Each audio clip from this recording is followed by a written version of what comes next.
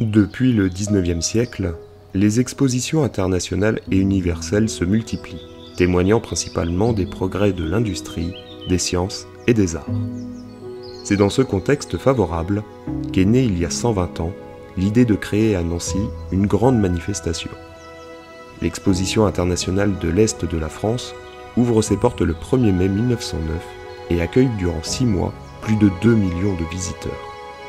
À travers cette vidéo, réalisée en 3D, vous découvrirez ce que fut cette manifestation qui, grâce à son immense succès, contribua au rayonnement de Nancy.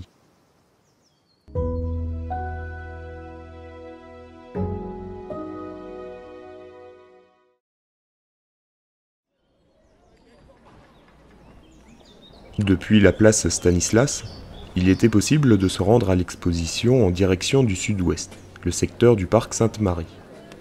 De nombreux voyageurs venus de toute la région et de Paris arrivaient à la gare de Nancy grâce à des trains spéciaux mis en service par la Compagnie de l'Est. En descendant la rue Jeanne d'Arc, les visiteurs accédaient à l'entrée principale au niveau de l'actuelle avenue Beaufranc.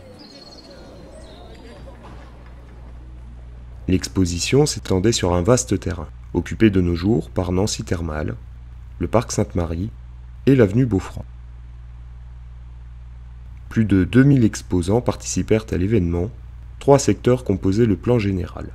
Nous allons les parcourir à la manière d'un visiteur de l'époque.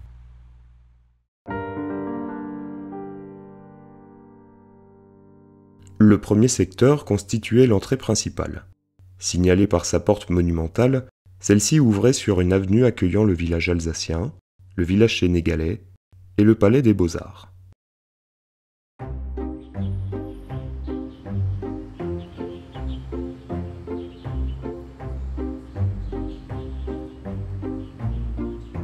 Cette porte monumentale fut créée et offerte par les aciéries de Pompey. Sa grande arche aux armes de la ville, ses 2 pylônes et ses décors évoquaient des pièces mécaniques.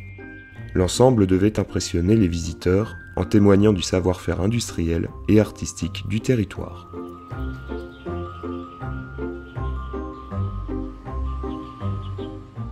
D'une certaine manière, le village alsacien devait rendre hommage à ce territoire perdu par la France en 1871. Un grand panneau peint en trompe-l'œil représentait un panorama des Vosges ainsi qu'un village alsacien. Il servait à relier l'ensemble des pavillons, offrant une immersion totale au cœur de l'Alsace.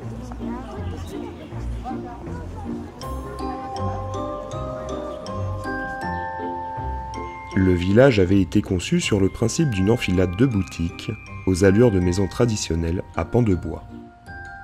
Des entreprises alsaciennes et lorraines y faisaient découvrir leurs spécialités.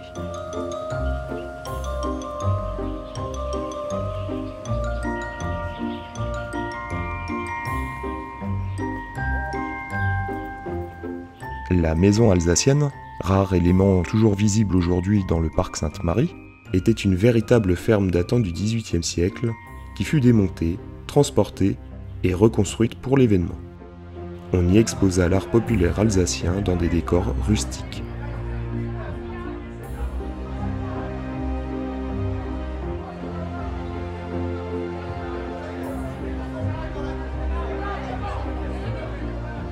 Le palais des Beaux-Arts contrastait fortement avec le village alsacien. Destiné à accueillir la nouvelle école des Beaux-Arts après l'exposition, il abritait plusieurs salons.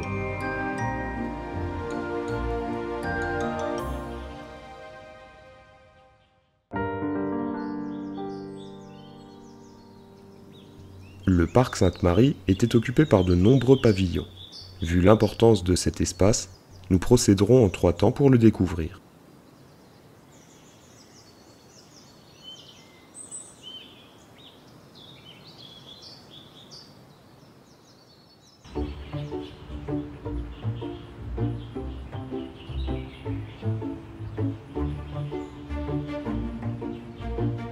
L'ensemble des promenades du parc démarrait depuis ce secteur. La grande esplanade permettait l'accueil de nombreux spectateurs lors des défilés, des parades et des concerts. On y trouvait essentiellement des attractions, des guinguettes, ainsi que des spécialités culinaires. Pour faciliter les interventions d'urgence dans le parc, mais aussi dans la ville, le pavillon des pompiers avait été établi dans ce lieu stratégique.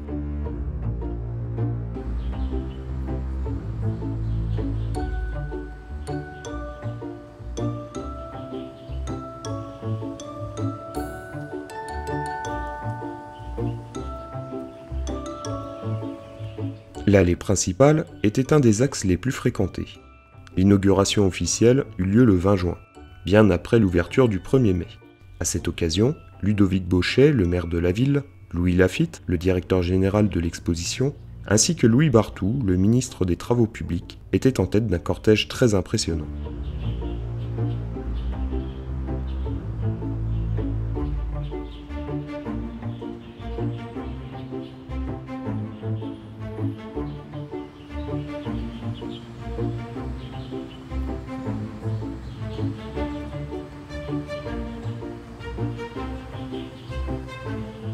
L'Art Nouveau était un mouvement artistique très reconnaissable, qui s'inspirait de la nature et utilisait des formes courbes.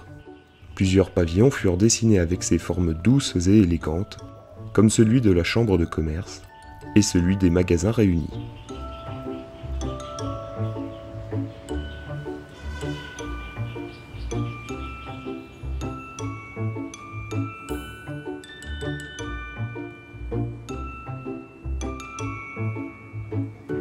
Pour que le succès soit total, il convenait aussi d'animer les 6 mois de présentation avec une atmosphère festive. Un souffle de vie capable de réjouir toute la population, d'approfondir sa cohésion et de l'encourager pour de nouvelles conquêtes.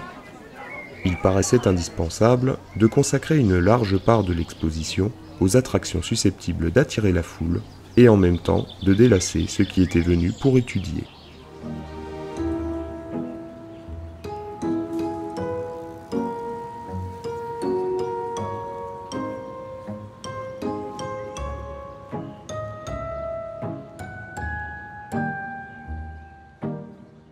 La Lorraine est une terre riche de sources. Le pavillon des villes d'eau fut dessiné dans un style néoclassique et présentait les villes de Vittel, Contrexéville, Martigny-les-Bains, Plombières et Bains-les-Bains.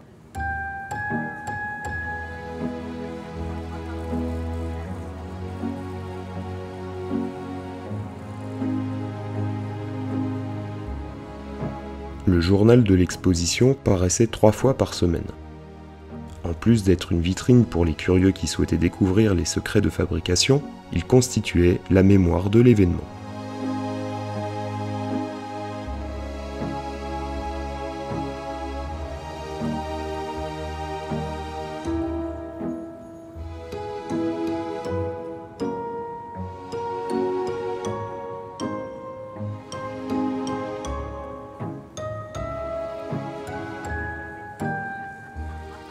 Les organisateurs de l'exposition voulaient offrir une leçon de choses sérieuses et scientifiques, accessible à tous, qu'ils soient professionnels ou simples visiteurs.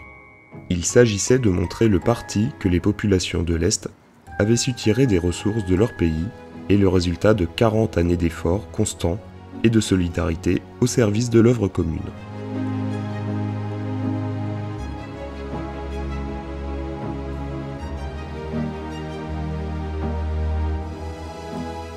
Le pavillon de l'école de Nancy fut construit majoritairement en béton armé et recevait de splendides collections propres à l'école de Nancy. Il est fort probable qu'il fut décidé à l'origine de le conserver après l'exposition.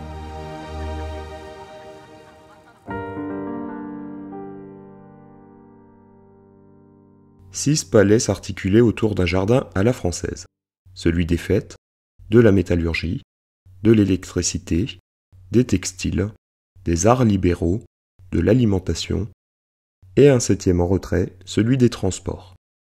Ajoutons la présence de la ferme Lorraine et de la nouvelle source thermale de Lanternier.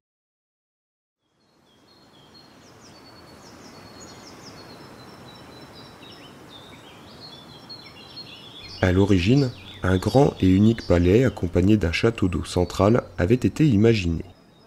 On opta pour la séparation des palais, afin de mieux distinguer leurs thématiques et de limiter la propagation d'éventuels incendies. Le palais des fêtes était dédié au congrès, concerts, conférences et à l'arrivée des défilés. Sa grande peinture colorée contrastait avec la blancheur des façades en stave des autres palais. Un sondage de plus de 800 mètres de profondeur, réalisé par l'architecte Louis Lanternier, a permis de découvrir une source thermale. Plus d'un siècle après le jaillissement de cette eau à 36 degrés, l'histoire se prolonge avec Nancy Thermal, qui ouvrira ses portes en 2023, revalorisant ainsi ce site historique.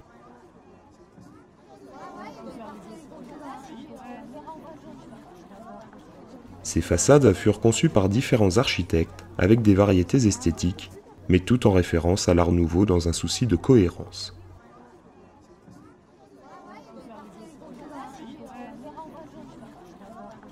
Plusieurs curiosités étaient présentées ici et là, tel cet anneau réalisé pour le métropolitain de Paris.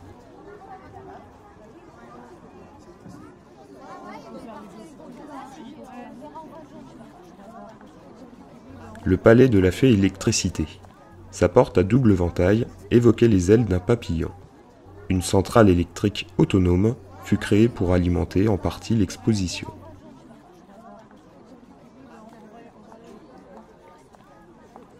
Le palais de la métallurgie fut le plus vaste des palais. Son décor évoquait les hauts fourneaux, avec ses formes et ses bas-reliefs de flammes. Sa façade moderne, ouverte et rythmée, témoignait d'une certaine transition du style Art nouveau vers celui de l'Art déco.